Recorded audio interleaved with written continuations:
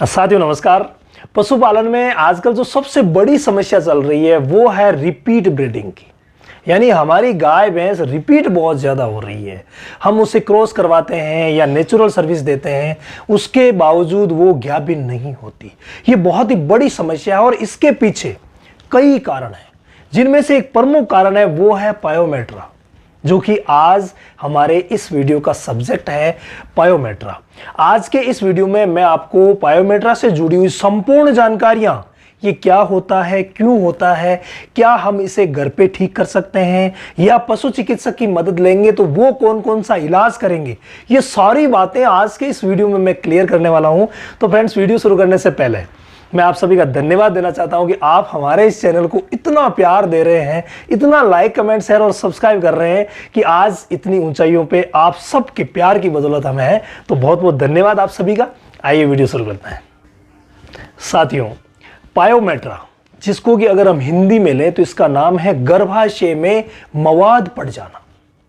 यानी गर्भाशय जिसमें बच्चा पलता है उसमें अगर मवाद भर जाए उसे हम पायोमेट्रा कहते हैं। और ये बहुत ही बड़ी समस्या है गर्भाशय में मवाद भरने की। इसके पीछे कई कारण होते हैं और कारणों में अगर हम लें तो सबसे बड़ा कारण होता है जैर नहीं गिरना।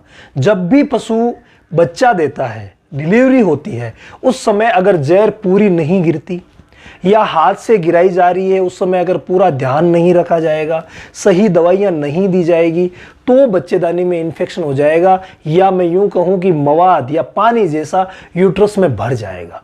इसके अलावा कई बार जब हम नेचुरल क्रॉस करवाते हैं, सांड से क्रॉस करवाते हैं, उस समय भी उस सांड में अगर मान लीजिए किसी अबॉर्शन हुई गाय भैंस को सांड ने क्रॉस किया है और उसके बाद हम उसके पास ले गए तो उसने हमारी गाय भैंस को क्रॉस कर लिया, तो वही इन्फेक्शन हमारी गाय भैंस में आ जाएगा। इसके अलावा डिस्टोकिया का मतलब होता है कठिन प्रसव।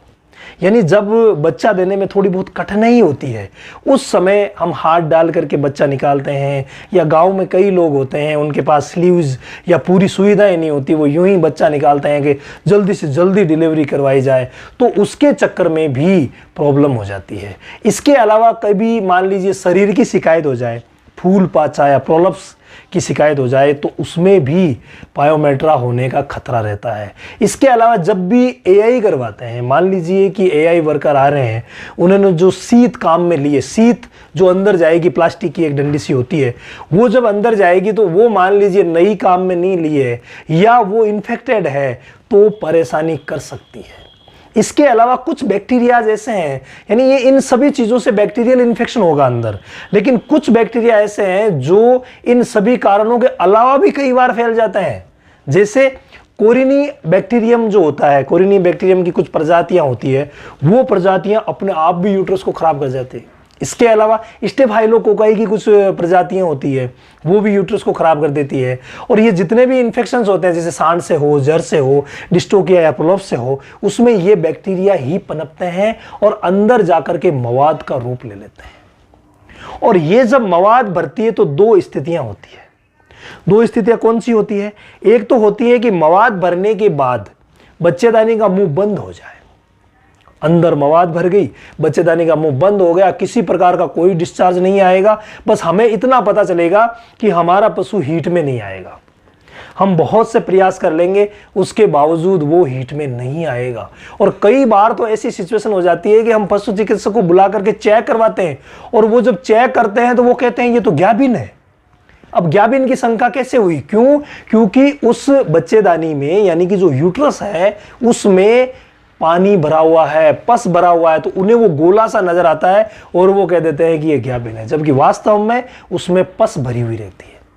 अब जो पस भरी हुई रहती है वो यूट्रस और सही वाला यूट्रस जिसमें बच्चा है, इन दोनों में क्या फर्क है? अगर इन दोनों के फर्क को देखेंगे, वो ये बात पशु चिकित्सकों के लिए है कि अगर हम फर्क देखते हैं तो एक तो जिसमें पस भरी है, मवाद भरी है, वो गोला सा होगा और गोले से में अंदर से सॉफ्ट होगा, बिल्कुल उसमें कोई भी फिटस फील नहीं होगा। इसके अलावा अगर बच्चा है, मान लीजिए गाभिन है, तो उस अवस्था में अगर हम देखेंगे तो वो सॉफ्ट नहीं होगा, थोड़ा सा हार्ड होगा और उसमें हमें कोटिलिडन्स जो है वो साफ नजर आएंगे। यानी अगर कोटिलिडन्स को फील करेंगे तो वो साफ फील होंगे और थोड़ा सा आगे जाने पर फिटस भी फील हो जाएगा, जो हमने पीडी वाले वीडियो में बताया था। वो वीडियो में डिस्क्रिप्शन में डाल दूंगा, पीडी प्लेलिस्ट, तो आप देख लेना कि पीडी कैसे करते हैं। तो उसमें और इसमें ये अंतर आएगा। तो पशु चिकित्सक भी पता कर सकते हैं कि इसको पायोमेट्रा है या ग्यापिन है। तो कई जगह कंफ्यूज हो जाता है, जब हम चेक करवाते हैं तो वो कह देते हैं ग्यापिन है, जबकि होता क्या है, उसके अंदर पस भरी हुई रहती है।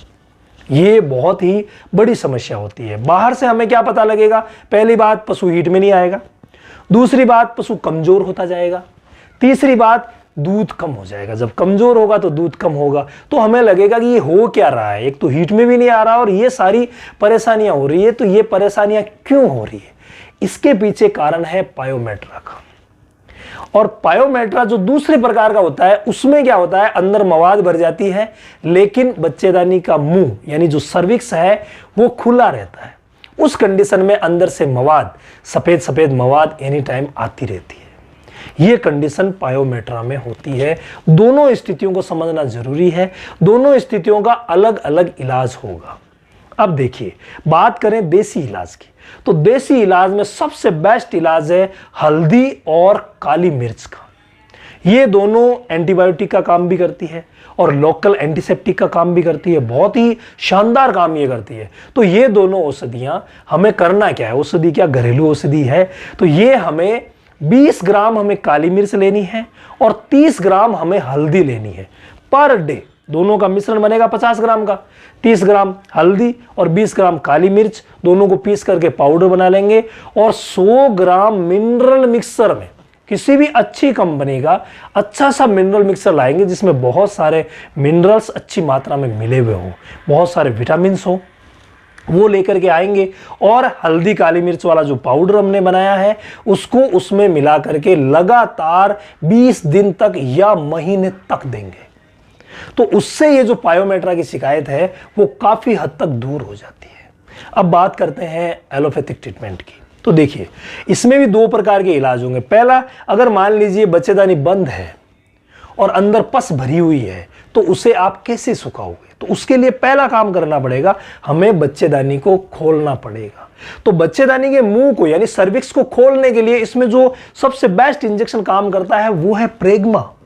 प्रेग्मा जिसका क्लोफेस्टेनॉल साल्ट है, यानी अंदर जो साल्ट है वो PGF2 अल्फा है, जिसे हम क्लोफेस्टेनॉल बोलते हैं, लेकिन इंजेक्शन का नाम है, ये ब्रांड का नाम है प्रेग्मा। ये इसमें बहुत ही अच्छा काम करता है। सिर्फ 2 ml लगाया जाता है, मांस में लगता है 2 ml लगाया जाता है। ये लगाने के बाद हम वेट करते हैं कि क्या अंदर जो पस थी वो आने लगी है क्या। अगर नहीं आने लगती है तो ठीक 11वें दिन इस इंजेक्शन को वापस रिपीट किया जाता है, यानी दोबारा लगाया जाता है। फिर निश्चित रूप से अंदर जो पस भरी हुई है वो बाहर आने लग जाती है। उस समय क्या करना है? उस समय पशु चिकित्सक महोदय अंदर हाथ डालेंगे और हाथ डाल करके और उसको दबा करके, जो यूट्रस मान लीजिए पस भरी हुई है बहुत ज्यादा, इसमें क्या होता है कि जो पस वाला और बच्चे में जो कंफ्यूज होता है वो 3 महीने का होता है। यानी हमें लगता है जैसे 3 महीने की प्रेग्नेंट है। पहली बार चेक करने के लिए गए, देखा अरे गोला है, इसका मतलब ये 3 महीने की प्रेग्नेंट हो सकती है। लेकिन उसको अगर 2 महीने बाद भी आप देखोगे तो वो गोला उतना ही रहेगा, और अगर प्रेग्नेंट होती तो वो गोला बड़ा हो जाता। भाई बच्चा 3 महीने का था तो 2 महीने बाद वो 5 महीने का हो जाएगा तो बड़ा गोला बन जाएगा। लेकिन यहां पर क्या होता है, वो बड़ा नहीं बन करके और पस फॉर्मिंग एक निश्चित जगह रह जाती है।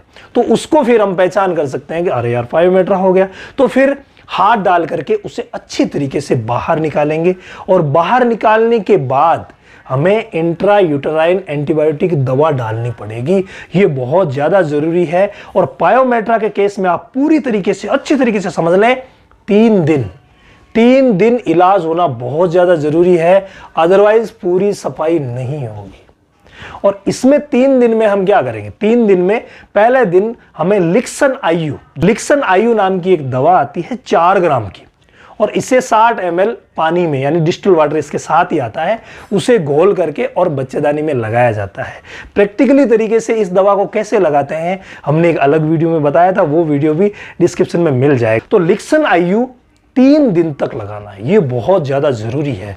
और इसके साथ मल्टीविटामिन या बी कॉम्प्लेक्स का इंजेक्शन लगना बहुत ज्यादा जरूरी है। सबसे बेस्ट जिस इंजेक्शन का रिजल्ट है वो है हाईविट प्लस 15 ml 15 ml लगा देता है। इसमें सारे विटामिन है, फॉस्फोरस है, सब है इसमें, तो ये बहुत ही शानदार काम करता है। 15 ml ये लगता है इंट्रामस्कुलर, यानी लिक्सन आयु था वो तो बच्चेदानी में लगेगा, जबकि ये मांस में लगेगा, इंट्रामस्कुलर लगेगा। इसके अलावा इसके साथ जो इंट्रामस्कुलर एंटीबायोटिक इंजेक्शन लगता है वो लगता है एक्सनल लगा दो या एक्ससेप्ट लगा दो। पशु चिकित्सक महोदय जानते हैं कि इसके अंदर साल्ट होता है सेफ्टिफुर सोडियम।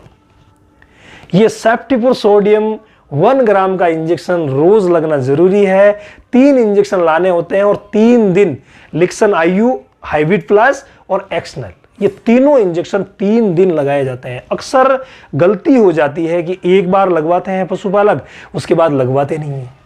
तो पशुपालक भाई ऐसा ना करें। मैंने ये वीडियो इसीलिए बनाया है, दोनों का कॉम्बिनेशन, पशुपालकों के लिए और पशु चिकित्सकों के लिए कॉम्बिनेशन इसीलिए बनाया कि आप समझ सके कि अगर हमें एक दिन लगवाया है तो कोई मतलब नहीं है, पायोमेट्रा ठीक नहीं होगी। पायोमेट्रा ठीक करने के लिए हमें 3 दिन लगवाना ही होगा। चाहे आप ये इंजेक्शन है वो पशु चिकित्सक से बोल करके एक दिन में मंगवा लें और फिर 3 दिन तक आप लगातार उन्हें बुला करके लगवा लें, ये बहुत ही ज्यादा जरूरी है। इसके अलावा यूटेराइन क्लींजर यानी बच्चेदानी की सफाई करने वाली, मुंह में देने वाली दवा, यानी जिसे हम दाना मिश्रण में या बांटे में मिला सकते हैं, वो भी हमें देना बहुत ज़्यादा ज़रूरी है। सबसे बेस्ट काम करती है यूट्रीवाइव। इसके अलावा हम एक्जापार ला सकते हैं, हम हिमरोप ला सकते हैं, कई अच्छी अच्छी कंपनियों के यूटेराइन क्लींजर मिलते हैं, यानी बच्चेदानी की सफाई और बच्चेदानी के इन्फेक्शन को दूर करने वाली दवाएं मिलती हैं। 100 ml रोज लगभग, हालांकि दवाओं की जो खुराक है वो उस पर लिखी हुई रहती है, हर कंपनी का जो भी ब्रांड है उस पर लिखी हुई रहती है, लेकिन लगभग 100 ml पर डे हमें देनी होती है और ये 1 लीटर की लानी होती है, यानी 10 दिन तक इस कोर्स को भी हमें साथ साथ चलाना पड़ता है ताकि अंदर जितनी भी मवाद है वो बाहर निकल जाए। और प्रेग्मा इंजेक्शन जो हमने पहले लगाया था वो बच्चेदानी का मुंह खोलने के अलावा उसका काम दूसरा ये भी होता है कि वो यूट्रस के कंट्रक्शंस को बढ़ाता है, यानी उसमें संकुचन को बढ़ाता है। तो जब संकुचन बढ़ेगा तो उससे भी जितनी भी मवाद अंदर है वो बाहर आएगी। तो हम 2 प्रकार के काम करेंगे, एक तो जो मवाद अंदर है उसे बाहर निकालेंगे, जो कि प्रेग्मा करेगा, या हम हाथ से करेंगे, जो गुदा में हाथ डाला जाता है, बच्चेदानी में नहीं, गुदा में हाथ डाल करके हॉर्न पर प्रेशर दिया जाता है, वो काम करेंगे, या फिर हम यूट्रीवाइव, एक्जापार या हिमरोप देंगे। ये काम तो हो गया उसकी सफाई करने का। इसके साथ साथ जो अंदर दवा डालेंगे वो एकदम से लोकल एंटीसेप्टिक, एंटीबायोटिक का काम करेगी और वहां से संपूर्ण जीवाणु जो मैंने अभी आपको दोनों प्रकार के बताए थे उनको समाप्त कर देगी। और संपूर्ण जब समाप्त होंगे तब हमारी गाय भैंस एकदम से ठीक हो जाएगी। इसके बाद हमें एक हीट छोड़ना है, यानी ये जब सफाई कर दी जाती है उसके बाद जब एक हीट आती है निश्चित 20 या 21 दिन बाद या महीने के अंदर अंदर जब आती है तो उसे हमें एक हीट को छोड़ना होता है और सेकेंड हीट में फिर हमें एआई करवाना पड़ता है। और एआई के साथ अगर हमें लगता है कि अच्छी तरीके से हमें पूरा काम एकदम सॉलिड करना है तो हार्मोनल ट्रीटमेंट का भी सहारा लिया जा सकता है। उसके लिए भी हमने अलग वीडियो बनाया था, वो भी मैं डिस्क्रिप्शन में डाल दूंगा, आप जरूर देख लें।